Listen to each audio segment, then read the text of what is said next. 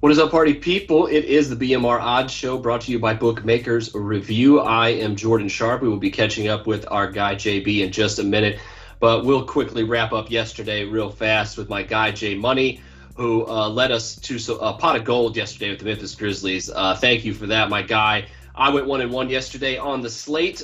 Could not get the first half over in that Phoenix-San Antonio game. The scoring definitely picked up in the second half of that game, but Phoenix absolutely dominated San Antonio in the first half until they started coming back on a tired Phoenix team. We kind of knew that would be the case yesterday, but we got the money with Domantas Sabonis yesterday.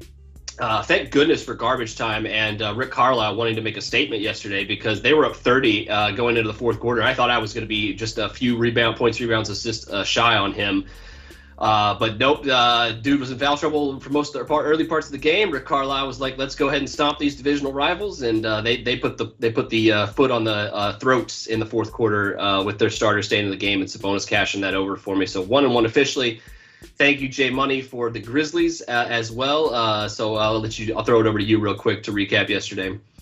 Yeah, we had the official plays yesterday. Grizzlies first half +6 cash. The full game +10, +11 was the closing line. They ended up winning by 1 with Jaren Jackson Jr. with that 3. So it was a good day. I did lose personally with the Wizards, but it happens. For some reason, whenever I bet their games, either I bet against the Wizards, they look like world beaters. I take them and they look terrible. So I don't know. It happens, but yeah, the Grizzlies definitely came through. It was a very unpopular pick, but it ended up winning outright. So that one felt good. What's up with you, Junior? I think you're muted, my guy. No. Can y'all hear me now? There, we got him. It wouldn't be me if it wasn't some kind of technical difficulty. So, it wasn't a great day for me yesterday. Actually pretty disappointed that the Wizards didn't come through. The Bulls, that's just a real square bet by my part. I was just being real stubborn. And it's a lack of respect that I have for the Pacers. I still kind of don't respect them, I'm not going to lie to you, but it's just a really bad spot for the Bulls. Single digits in 3 out of the 4 quarters. I mean, not single digits. They scored in the teens in 3 out of the 4 quarters. That's like a college basketball score. So no excuses. Definitely ready to make some money today whenever you fellas are. Yeah, let's get into it. There now whole lot to discuss yesterday, but mostly just blowouts. And yeah, I mean, let's get into today. If you're hosting, Jordan, do your thing, bro. You brought us in. Lead us along the way. I'll follow your lead. I ain't got no problem with that. All right, let's get it. Let's get it today. First game up, Miami, Detroit. We got Miami laying 9 on the road. The theme for today, my guys, is probably going to be the injury report, because every single game literally has a meaningful question mark. This one being the least of those, though, thank goodness. But still a little bit of a problem here. You got a starter for Miami, Duncan Robinson, listed questionable. That just means the future 6th man of the year, Tyler Hero, is probably going to go crazy if Duncan Robinson can't play. But tough to lay 9 on the road here with this spot, a little uninspiring. But that being said, Detroit, obviously without Isaiah Stewart due to the issues with LeBron and the Lakers the other night. So what do? I mean, are they going to – they're already without Kelly Olynyk. Now you're without Isaiah Stewart. This is going to be a micro lineup for the Pistons here. Now you're probably going to have Jeremy Grant starting at center, Trey Lyles possibly coming in off the bench to start at power forward, and just like that's it. Like that's your big man rotation. It tops out at about 6'9" tonight. So for me, not necessarily looking at Miami here, possibly looking at some props here. On Bam Adebayo, maybe he's right there. I think at about 18 points and 10 rebounds. I think on his prop line. So his double odds, they've shaded it up a little bit. It's not as appealing as you might think. I think it was like minus 150.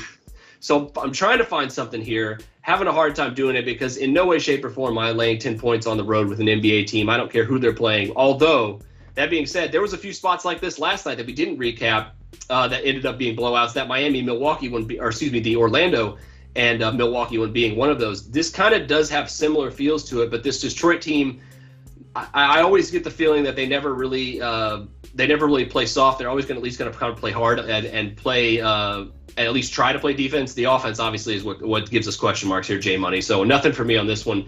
What do you think about Miami Detroit tonight?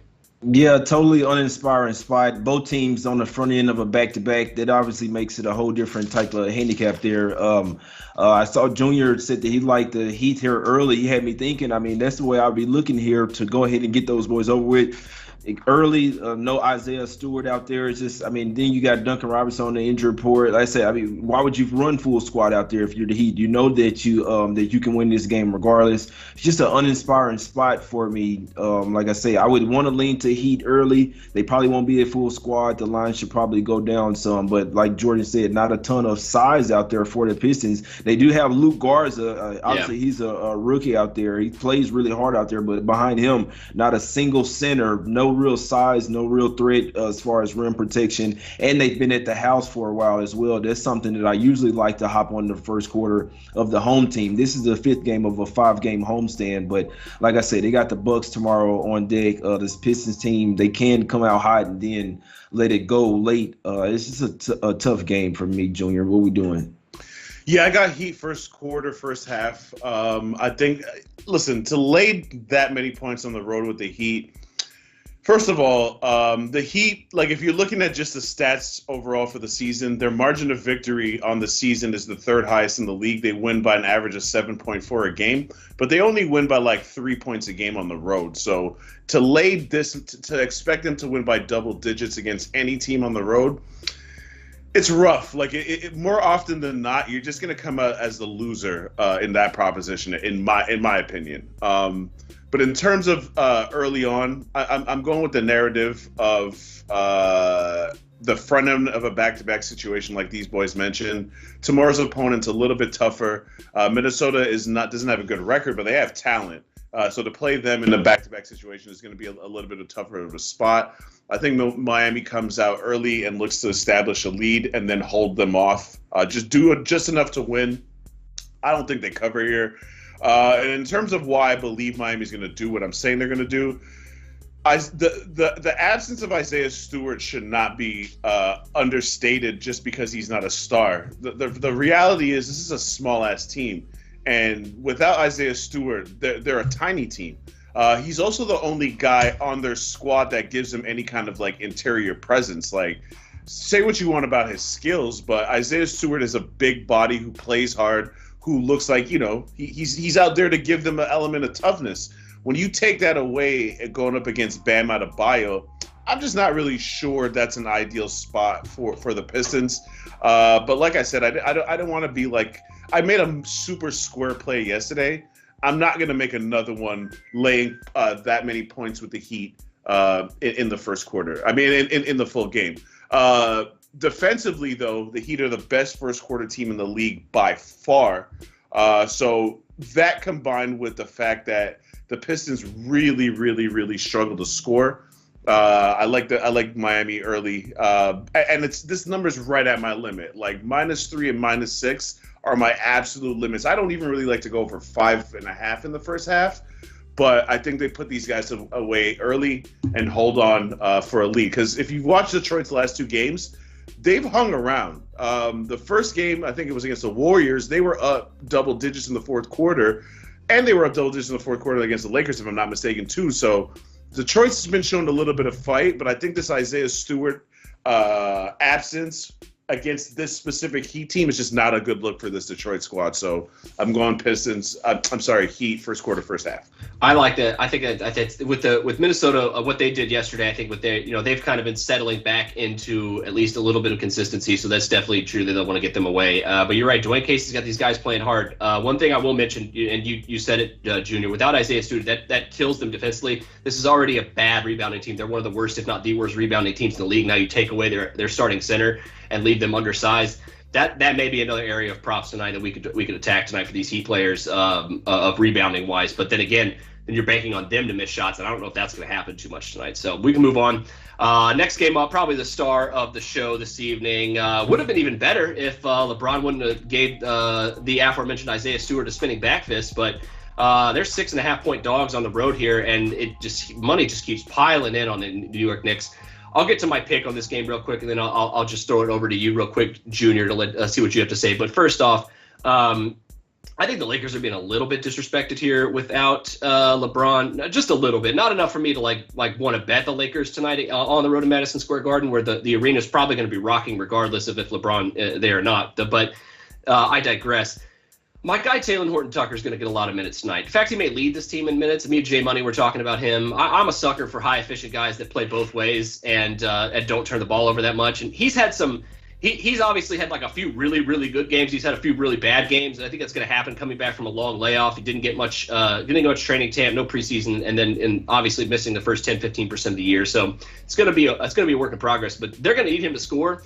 And the New York Knicks have we've mentioned on the show at least 10 times this year that they've not been playing good defensively. And one of the main reasons they're not playing good defensively is because they can't stop guards and wings. And Talen Horton-Tucker is going to have the ball in his hands a lot, I think, tonight. And another thing that Jay and I were talking about is when it comes down to crunch time, they're better with him handling the ball than they are with Russell Westbrook if LeBron's off the court. Like, let's be perfectly clear. He's a much better distributor, playmaker, and takes a lot better shots than Westbrook at most times in the game. So if it comes down to it and they're from behind, I expect the ball in this kid's hand, and I expect them to say, like, look, we need you to go out in there and drop 20 tonight. Like, we don't have other options to do that other than Anthony Davis tonight, and against this Knicks team on the road, we're going to need you. So I think he has a big game. 23.5 points, rebounds, and assists seems like an absolute steal for him. So I'm going to go with the over on that one for THT. Jay, you got anything on this? I know it's throw it to Junior, but Jay, what do you got to think about this game? Am I crazy for thinking the Lakers are undervalued here, or would you just stay away from it without LeBron?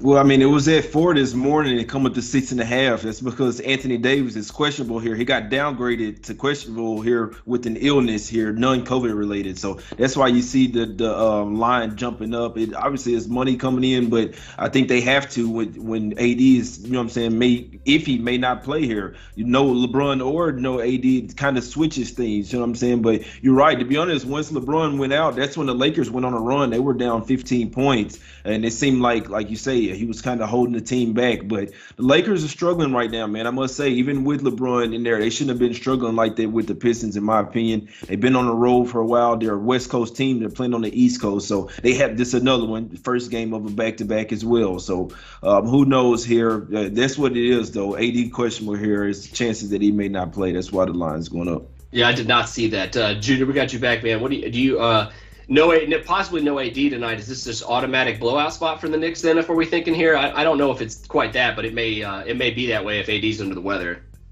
I'm just going to be honest with you. You already know what I'm about to say. I'm all the way out on the Knicks. I don't believe in this team at all. Until the Knicks play defense, they're not getting 1 cent of my money. I feel like the Lakers are being you said a little bit disrespected. I think they're being a lot of bit disrespected. If you just look at the Knicks wins, they've beaten the Rockets, they've beaten the Pacers, they've beaten a shorthanded 76ers team, they beat a shorthanded Milwaukee team. This is all their wins for the whole month. Before that, they beat the Pelicans. They don't beat good teams. Now, are the Lakers a good team? No. But the Lakers at least have talent. If AD plays, I'm all over the Lakers in this spot. I kind of need to know what's going on with him. But once you start getting into the territory of 6 or more, there's no way that I'm laying that many points with the Knicks until they start playing defense. They do not defend, and they are not going to be a playoff team unless they defend. So all this three-point shooting that they're doing, it's great because that's where the league is going. So they did the same thing that the Jazz did last year, where they started ramping up their attempts. So they're making way more threes. Right now they make the 6th most threes, but they also allow the 3rd most threes. So if you allow more threes than you make, what does that even mean? Plus you don't play defense. Get the F out of here with this team. They're soft. Considering the bodies that they have on that squad, they're playing super soft. All they do is shoot jump shots. They're not getting to the line the way they used to. They've ramped that up a little bit more recently, but they're not playing like the team that found success last year. And until I see some of that, I'm not interested in anything to do with the Knicks. So gun to my head is Lakers are nothing, which means it's nothing because I need to know if AD's playing. And by the way, the Knicks' margin of victory on this season is a 0.5 point. You want me to lay 6 points with these clowns? Get out of here, bro. I think that's Kemba. I think that's Kemba and Fournier. Trey says they're starting them boys over there. I know Kemba going back to New York and stuff. But them guys there on defense, man, they getting 8 up. You're exactly right. That's the Knicks. That's the Knicks this year. A lot better offensively, and they trash on defense. You look at the Knicks and the Nets. They basically swapped this year. The Nets are really good on defense, and their offense has been struggling. The Knicks, their offense is really good, light years better. Defense absolutely trash. You're exactly right with it. But like I said, I mean, if you like the Lakers, you might want to take them down, but I don't know. I'd still probably hesitate to take the points if they don't have AD out there, because that's one of their main things is to, you know what I'm saying, get him the ball to lob dunks. I don't know. I think it would be tough for them to get it done without him. That's just if he sits though. But like I say, it's an uninspiring game for me, man. Yeah, a couple things real quick before we move on. Now that I realize that AD got downgraded to questionable, that Taylor Horton-Tucker prop is off the board. I just checked, so that kind of sucks because if he doesn't play, good God, that's all they have tonight. Yeah, and you guys said it. I mean, like, the Knicks have been the disappointment of the whole league this year. Like, I mean, yeah, the Pelicans are a little bit disappointing, but I mean, if you factor in injuries for all these teams that have been underperforming, it's essentially the Knicks that are the only ones that are healthy and just have been like playing way below expectations. And you're exactly right. I mean, it's just been bad in Big Bong land. Let's move on. We got a couple more games to cover here. Denver at Portland. We got the Nuggets as 6.5-point underdogs in this one.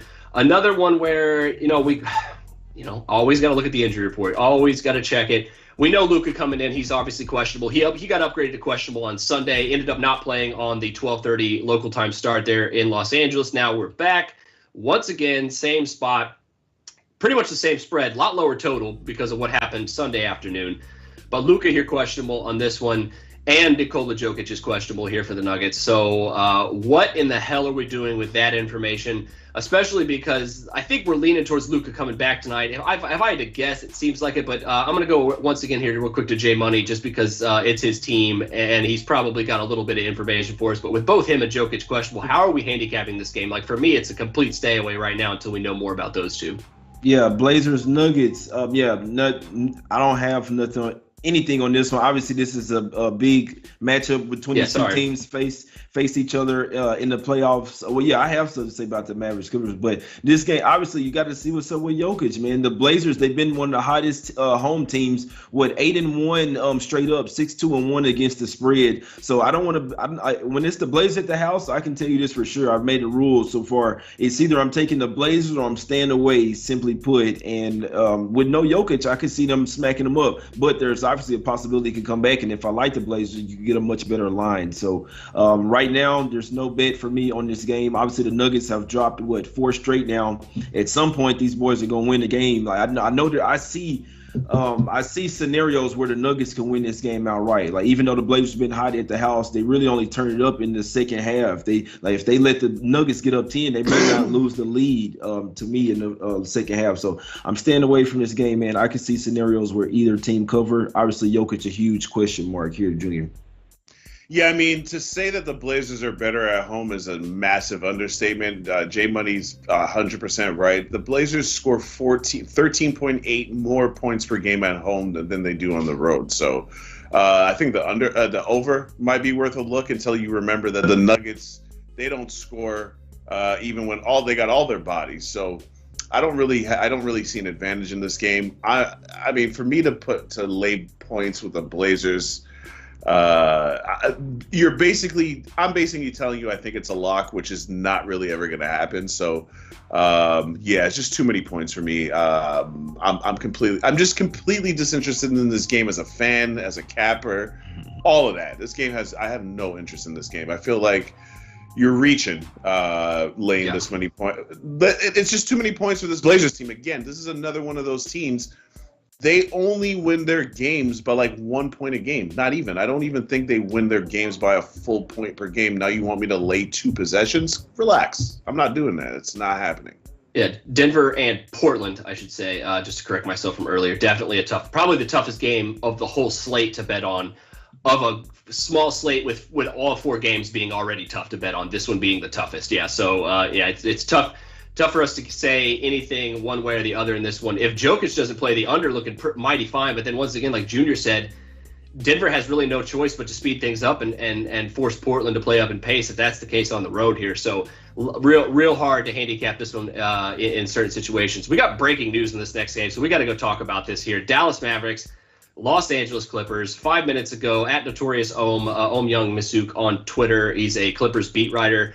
The Clippers canceled their morning shoot-around for precautionary reasons related to health and safety protocols. Now, I said it last time. I've effed up. Dallas is playing the Clippers tonight. Luka Doncic's questionable. With the Clippers now, it could be nothing. Could be some false positives. We don't know what's going on. Hard to speculate. They're just canceling a shoot-around. We haven't heard anything definitive yet.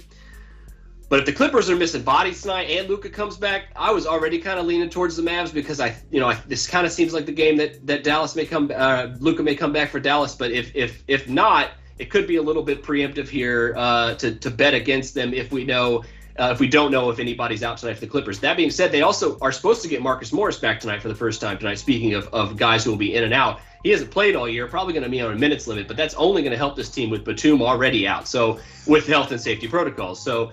Once again, the injury report is kind of mirroring everything that's going on. I'm going to just throw it to Junior real quick because I haven't done that first, and then we'll finish up with the guy J Money on his team, Dallas.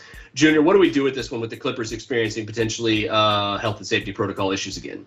We stay as far away from this as humanly possible is what we do until we get more information. But if you're asking me what would be my play right now, it would be under 210.5 while this number continues to steam up. It opened up at like 208. Both of these teams have great potential offensively, but can really go freezing cold with the best of them, which is why they're both in the bottom 10 in offensive efficiency. As for my boy DBD, Luka Doncic, why do I call him DBD? Dad bod Doncic. He has knee/ankle injuries. When I see overweight guys with knee and ankle injuries, I need to see them play a little bit before I'm 100% convinced he's back. Now, obviously, Dallas is not a stupid franchise. They're not going to rush this guy back unless he's fully ready to play.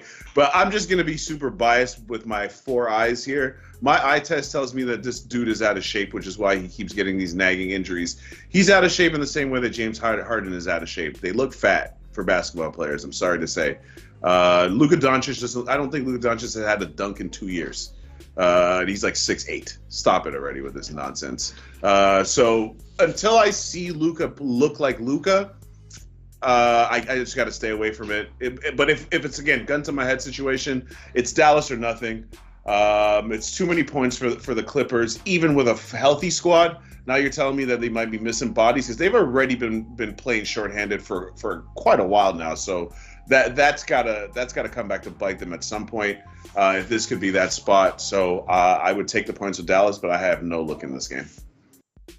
Yeah, the only way I would look here is the Mavs. Obviously, when the teams play in the same arena back-to-back, it's not auto, but it has hit for over 65% the past few years, and I believe it's like 5-1 already this season. So when the teams play back-to-back, where it's the same arena, it's even better when it's the same arena, but it applies as well with the home and home. You want to take the team. It's not necessarily the revenge game, but that's what it is, man. It's the revenge spot here, and you have them not having a shoot-around could throw off everything over there. It is a late game. Obviously, the Mavs, they dropped the last game. They could have covered. It was a late offensive foul called it went against Brunson there, but it happens. I'd be looking towards the Mavs here. I think especially there could possibly be players ruled out. That's the only way I could look here. Hadn't made a bet on a single game today, but I do like the Mavs today, man. But It is what it is. We'll have to see what happens. What's going on with this one? We know Batum had just caught, or he's in protocols the other day. So I was surprised that nothing really happened the other day. To be honest with you, now it seems like they maybe have tested or somebody come up with some shit. I don't know. We'll see what happens, man. But Mavs the only way I'd be looking in this one. Those 5.5s are starting to disappear as we've been talking about this. So it seems like other people kind of think the same thing. I will say this. The Clippers play defense regardless of who's out on the court. And I think that's one of the reasons why they've been such a good ATS play this year is because it doesn't matter if Amir Coffey's playing 30 minutes a game with guys hurt. Like, it doesn't matter. They just come in and play defense.